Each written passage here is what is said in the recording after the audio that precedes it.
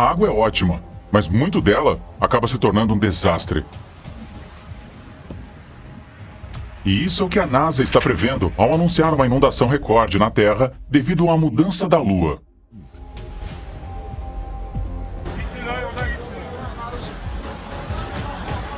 Como a mudança da Lua causa enchentes na Terra e onde os efeitos serão mais sentidos?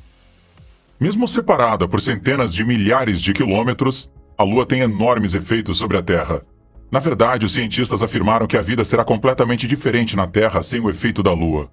Mas de onde veio a Lua? A teoria científica dominante, a hipótese do impacto gigantesco, propõe que a Lua se formou quando um objeto colidiu com a Terra no início. Alerta de spoiler: havia muito mais caos cósmico nos primeiros dias do universo do que no momento. A Terra, como os outros planetas, formou-se a partir de uma nuvem remanescente de poeira e gás que orbitava o jovem Sol. O sistema solar primitivo era um lugar violento, e muitos corpos foram formados que nunca avançaram para o status planetário. Um destes corpos poderia ter colidido com a Terra não muito depois que o planeta foi formado. O corpo do tamanho de Marte, conhecido como Theia, colidiu com a Terra, ejetando pedaços vaporizados da crosta do jovem planeta para o espaço. A gravidade manteve as partículas ejetadas juntas, formando a maior lua do sistema solar em relação ao seu planeta hospedeiro. Este tipo de formação explicaria por que a Lua é composta principalmente de elementos mais leves, tornando-a menos densa que a Terra. O material que a formou veio da crosta do planeta, enquanto o núcleo rochoso permaneceu intocado. À medida que o material se reunia em torno do que restava do núcleo de Theia, ele teria se centrado perto do plano eclíptico da Terra, do caminho que o Sol toma através do céu e onde a Lua atualmente orbita. Quando a jovem Terra colidiu com este denso corpo, a energia envolvida foi 100 milhões de vezes maior do que o evento muito posterior que exterminou os dinossauros. Por milênios, o ritmo das fases da Lua tem guiado a humanidade. Por exemplo, os meses do calendário que você usa para acompanhar o tempo está aproximadamente igual ao tempo que leva para ir de uma lua cheia para a próxima. Entretanto, a órbita e as fases da Lua podem ser desconcertantes. Por exemplo, a Lua sempre nos mostra a mesma face, mas seu tamanho muda dependendo da posição da Lua em relação à Terra e também ao Sol. Enquanto ela é um satélite terrestre, a Lua é maior que Plutão, com um diâmetro de cerca de 2.159 milhas, ou 3.475 quilômetros. Isso não significa que temos a maior lua do Sistema Solar. Existem outras 4 luas em nosso Sistema Solar que são ainda maiores do que a nossa própria.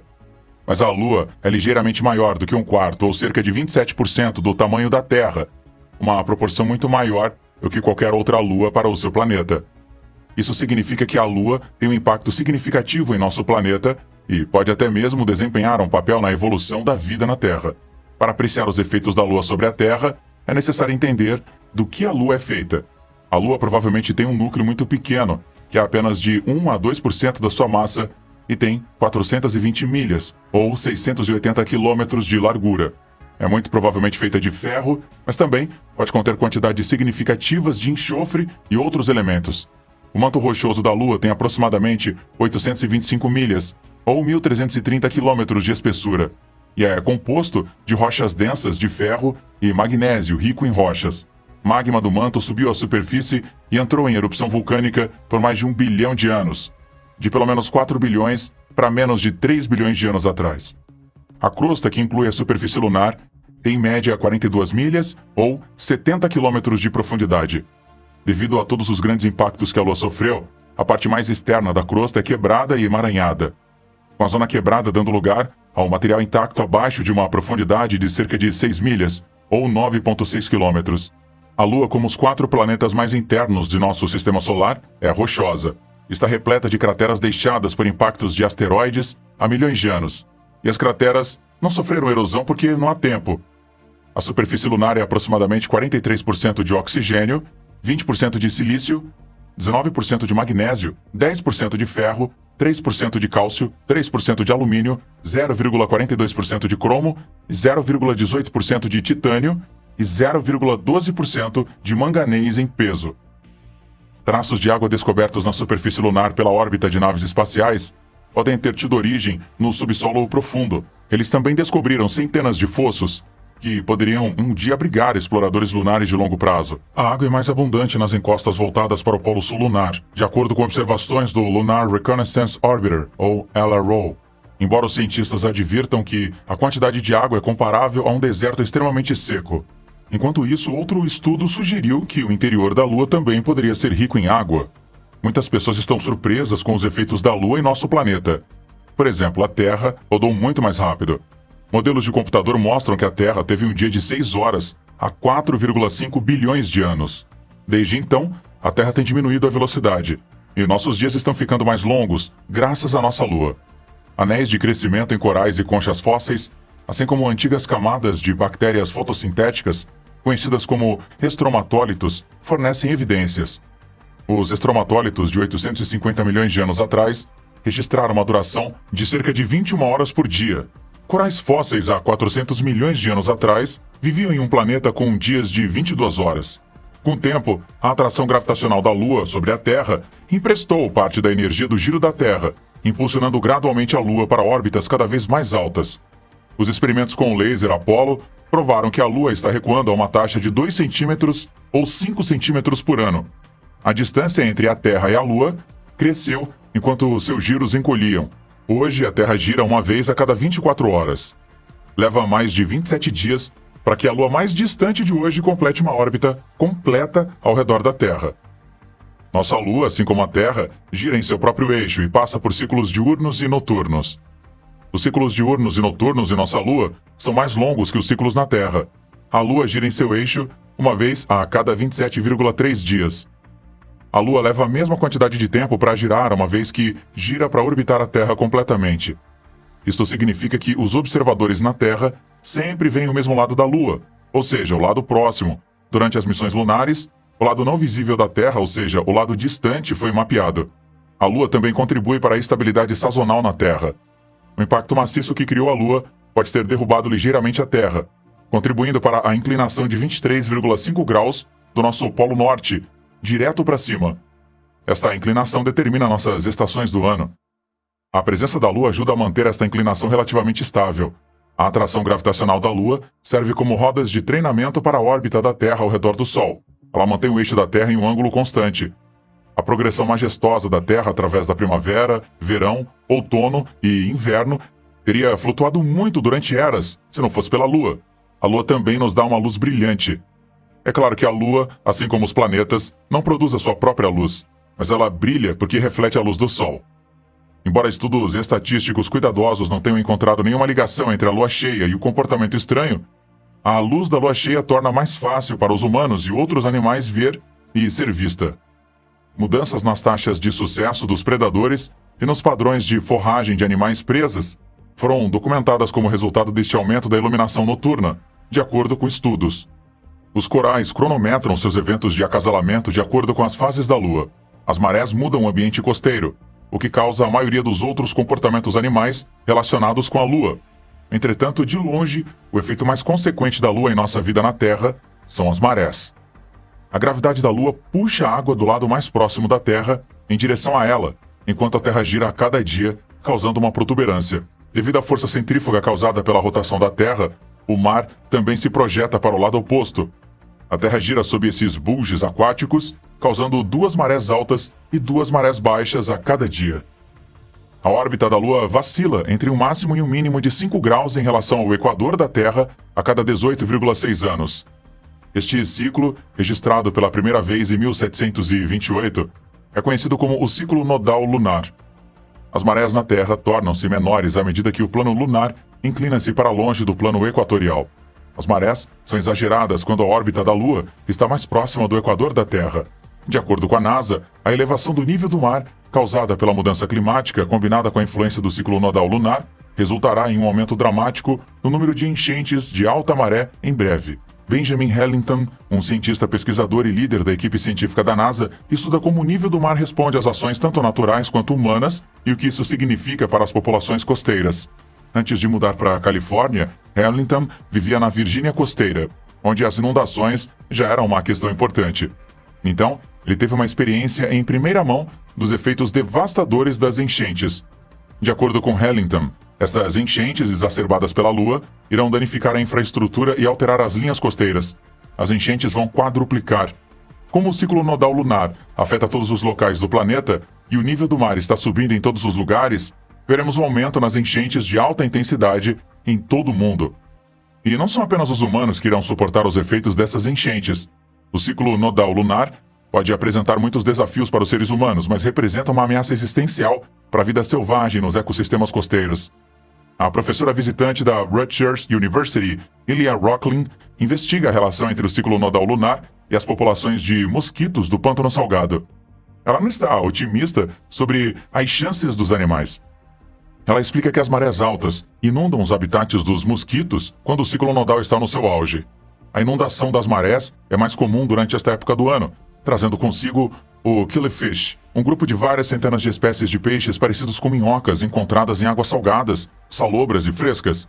Estes predadores eliminarão ou reduzirão as populações de mosquitos nos estágios de desenvolvimento de ovos, larvas ou filhotes antes que os insetos possam voar para fora da água onde nascem.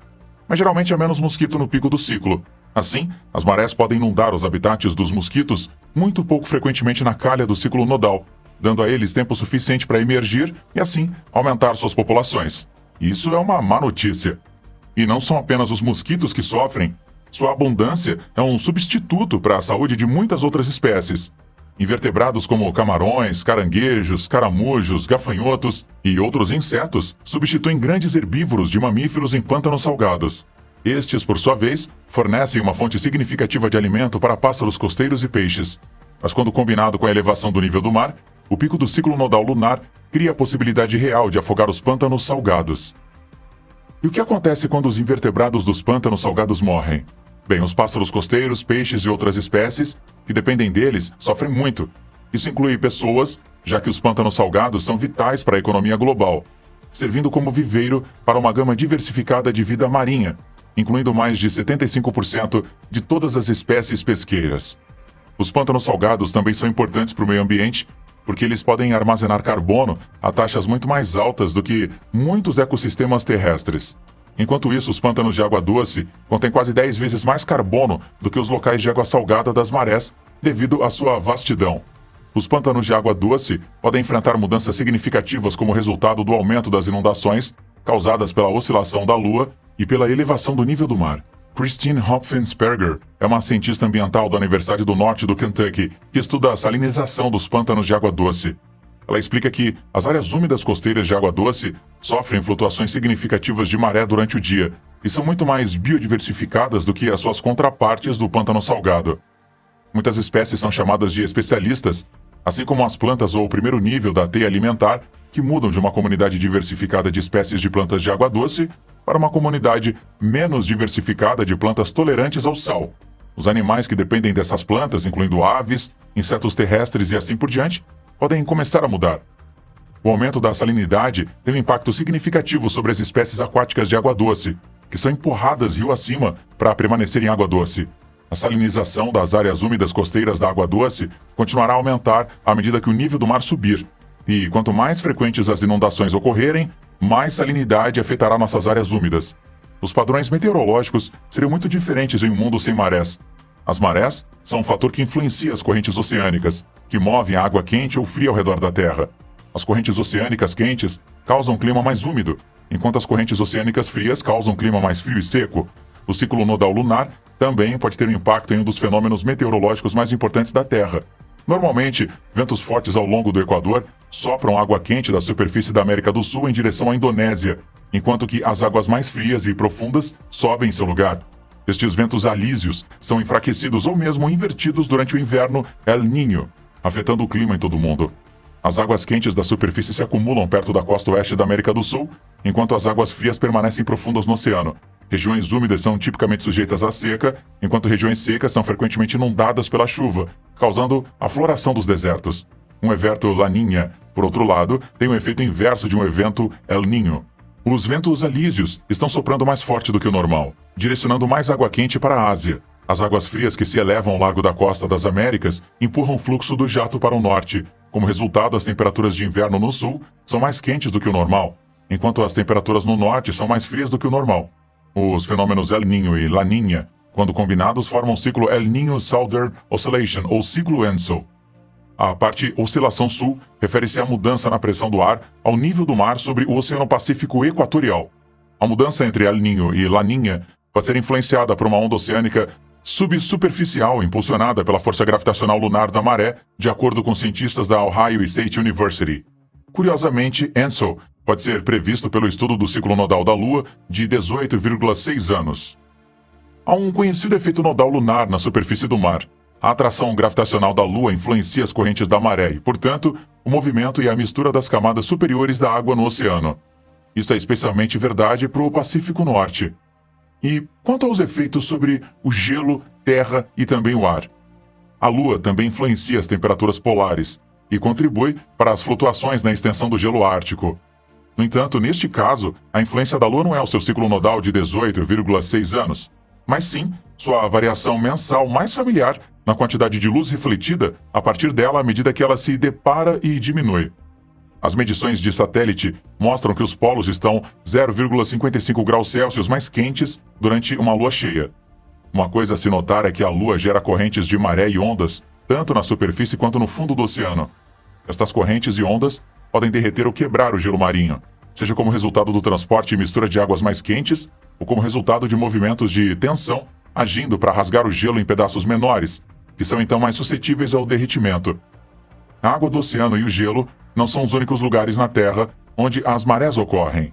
Além disso, a Lua tem um efeito de maré tanto em terra firme quanto na atmosfera. As marés da Terra se comportam de forma semelhante às marés oceânicas.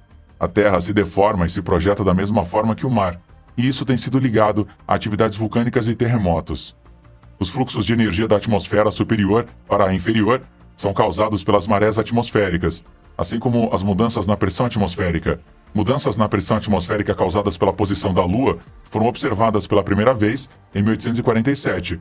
Forças gravitacionais da Lua provocam inchaços e oscilações na atmosfera terrestre que são similares àquelas observadas na água.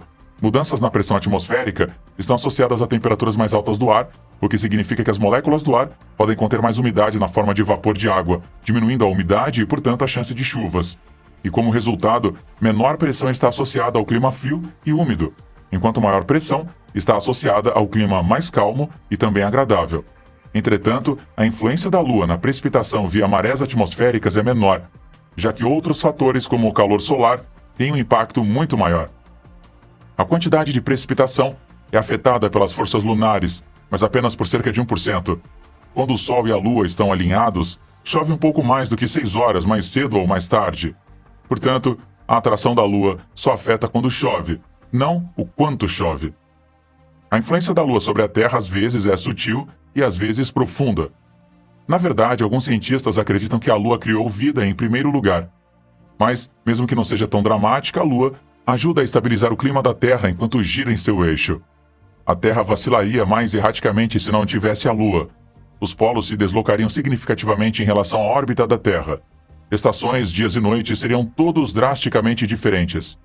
Entretanto, as marés que podem ter começado a vida na Terra também estão empurrando a nossa Lua para longe de nós. Por causa das marés que ela causa na Terra, a Lua se afasta da Terra em quase 4 centímetros a cada ano.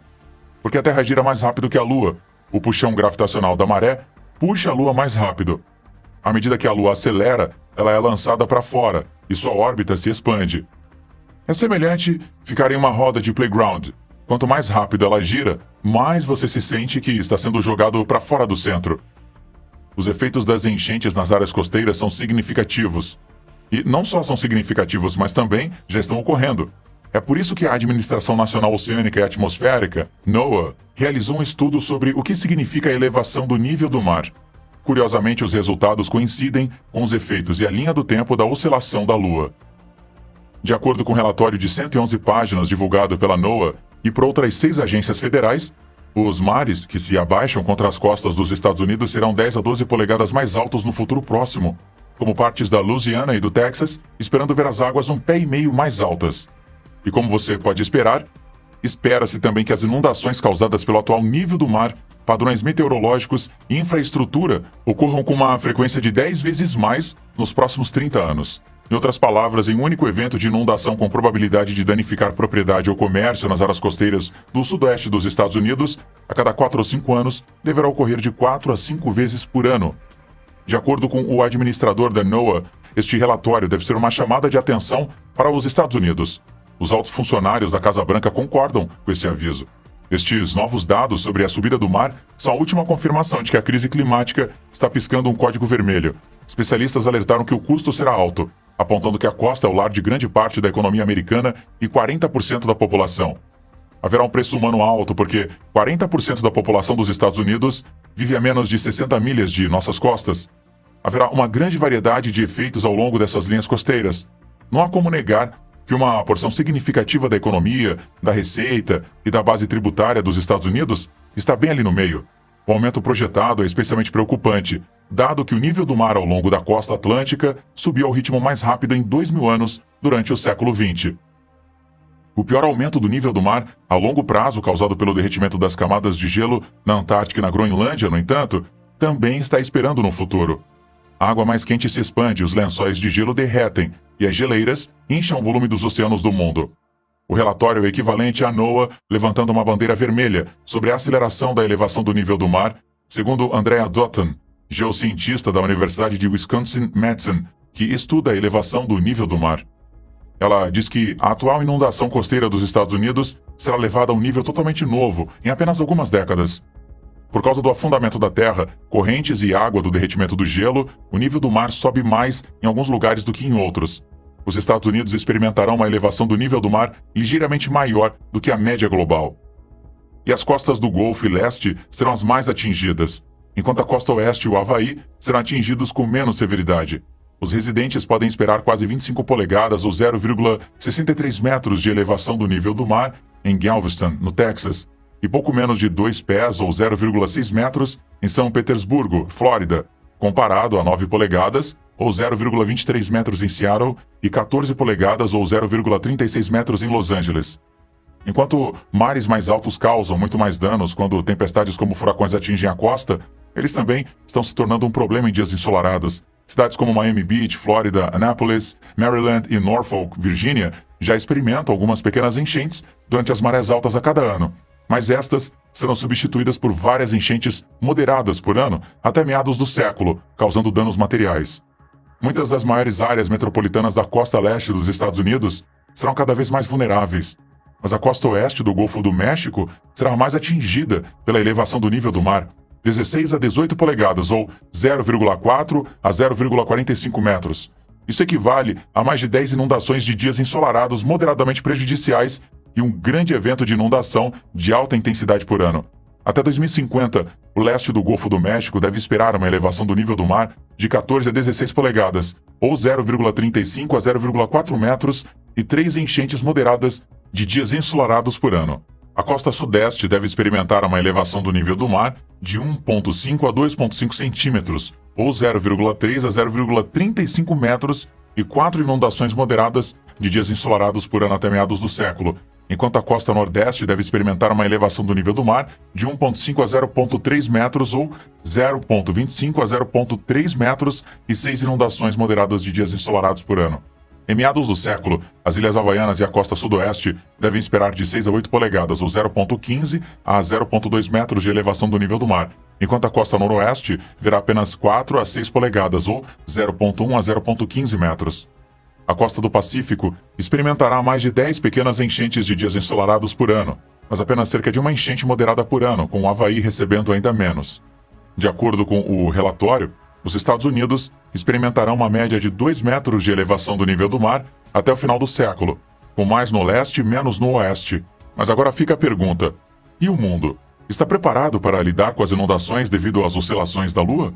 Vamos ouvir o que você pensa na seção de comentários abaixo.